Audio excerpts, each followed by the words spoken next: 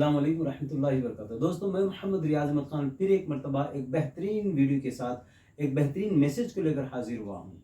शायर कहता है, अल्लाह से करे दूर तो तालीम भी फितना, अल्लाह से करे दूर तो तालीम भी फितना, इमलाग भी औलाद भी जागीर भी फितना, ना हक के लिए उठे तो शमशीर भी फितना, शमशीर ही क्या नारे तकबीर भी फितना, शमशीर ही क्या नारे तकबीर भी फितना। मतलब दोस्तों ये कि हम ऐसी तालीम हासिल कर रहे हैं जिससे अगर अल्लाह से दूर हो रहे हैं तो फिर वो तालीम फायदा नहीं पहुंचाएगी बल्कि नुकसान पहुंचाएगी। इसलिए अल्लामा इकबाल फरमाते हैं, क्या फरमाते हैं, अल्लाह से करे दूर तो तालीम भी फितना, इमलाग भी औलाद भी जागीर भी फितना, ना हक के लिए उठे तो शमशीर भी फितना, शमशीर ही क्या नारे तकबीर भी फितना। यानी ऐसी तालीम जो अल्लाह से दूर कर दे तो फिर उसके बाद वो तालीम जहां भी जाएगी जहां भी पहुंचाएगी फितना ही फितना होगा। दोस्तों, इसलिए आज के दौर में हम ऐसी दुनियावी तालीम हासिल करने के बाद अल्लाह से दूर होते चले जा रहे हैं, दीन से दूर होते चले जा रहे हैं, अच्छाइयों से दूर होते चले जा रहे हैं और दुनियावी तालीम ज्यादा हासिल करके दुनियावी तालीम की वजह से दुनिया की मोहब्बत जो दिलों में बैठ रही है, इस वजह से अल्लाह के उसूलों के खिलाफ, अल्लाह के कानून के खिलाफ, इस्लाम के कवानीन के खिलाफ हमारी सोच, हमारी जिंदगी, हमारी फिक्र यही होती चली जा रही है। एक मिसाल दूं तो बात समझ में आती है। हम तरबूज खाते हैं लेकिन तरबूज खाने से पहले उसका छिलका निकाल कर अलग करते हैं, लेकिन तकलीफ नहीं होती है। केला खाते हैं, केले का छिलका निकाल कर अलग करते हैं, उसका तकलीफ नहीं होती है। अनार खाएं, मौसमी खाएं, संतरा खाएं, अनार जितनी चीजें खाते हैं उसका छिलका निकाल कर अलग रखते हैं तो कभी तकलीफ नहीं होती है। क्यों? जबकि हम उसका पैसा दे चुके होते हैं। हम जिसका पैसा दे चुके हैं फिर उसको पैसा देकर लाने के बाद फिर उसे बेकार समझ के फेंकते हैं तो फिर तकलीफ उस वक्त नहीं होती है, लेकिन उस वक्त ज्यादा तकलीफ होती है जब अपने माल में से कुछ माल निकाल के अलग करना हो तो तकलीफ शुरू हो जाती है। जबकि अगर हम छिलके का मौज का छिलका निकाल कर रख रहे हैं तो मौज में बढ़ोतरी नहीं हो रही है। हम तरबूज का छिलका निकाल कर अलग कर रहे हैं तो तरबूज में ज्यादती नहीं हो रही है। लेकिन माल का मैल जो होता है, माल में से कुछ माल निकालते हैं यानी ज़कात की सूरत में, तो फिर माल हमारा बढ़ता है, माल में बढ़ोतरी होती है, माल में इजाफा होता है, मगर यहां तकलीफ शुरू हो जाती है। दोस्तों, हम समझते हैं कि फ्रूट्स खाते वक्त जिन चीज़ों को बाजू रखना चाहिए उसे बाजू रखा जाए, अगर इस्तेमाल में लाते हैं तो नुकसान होता है। वैसे ही ज़कात निकाले बगैर अगर माल को इस्तेमाल करते रहते हैं तो फिर उस माल से फ़ायदा नहीं होता है बल्कि नुकसान शुरू हो जाता है।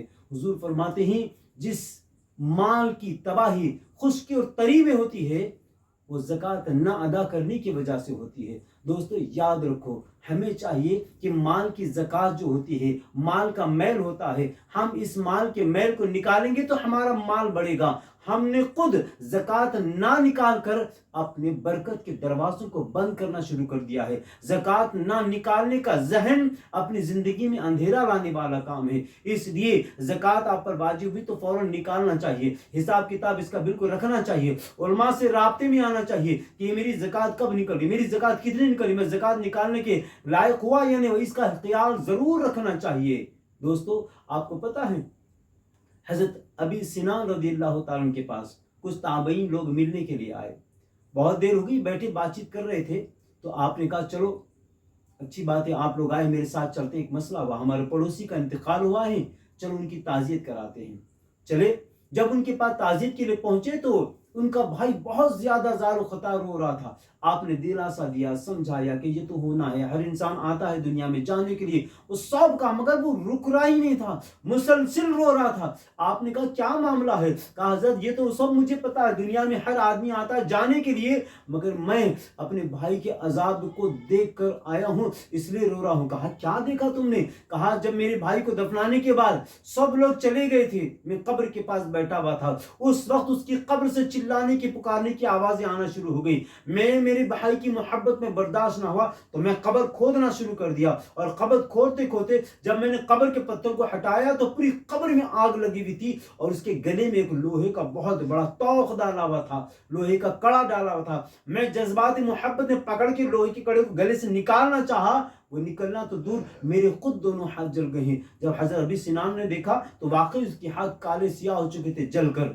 कहा, ये क्यों, आखिर क्यों हुआ? उसने कहा कि उसके बाद मैंने जैसे तैसे मिट्टी डाली और घर दौड़ता हुआ आया। कहा, हज़रत अबी सिनान फरमाते हैं कि आखिर ये क्यों हुआ? कहा हुजूर दरअसल बात यह है कि मेरा भाई ज़कात नहीं निकालता था, ज़कात निकालने के मामले में बड़ी कंजूसी से काम लेता था, ज़कात के मामले में बड़ा दिल छोटा करता था। दोस्तों कहीं ऐसा न हो, अल्लाह ने दौलत अता फरमाई है किसी हमारी खूबी नेकी को देखकर, और अगर ज़कात हम पर अगर वाजिब हो जाती है, ज़कात देना है, हमने कंजूसी से काम लिया, तो याद रखो फिर माल का जो ज़कात का माल होता है, इसी को प्लेट्स बनाकर इसी से दागा जाएगा, इसी से सजाएं दी जाएंगी, इसी के जहन्नुम के आग में उसको दहका कर उसी का तौक बनाकर गले में डाला जाएगा। जिस माल को सीने से लगाकर समझ रहे कि बच गया, बच नहीं गया है, बल्कि दुनिया में भी आपकी तबाही है और आखिरत में भी तबाही यकीनन मुकद्दर हो जाएगी। लिहाजा कोशिश करें अपने माल का हिसाब किताब रखें, अगर ज़कात निकलती है तो फौरन अदा करें,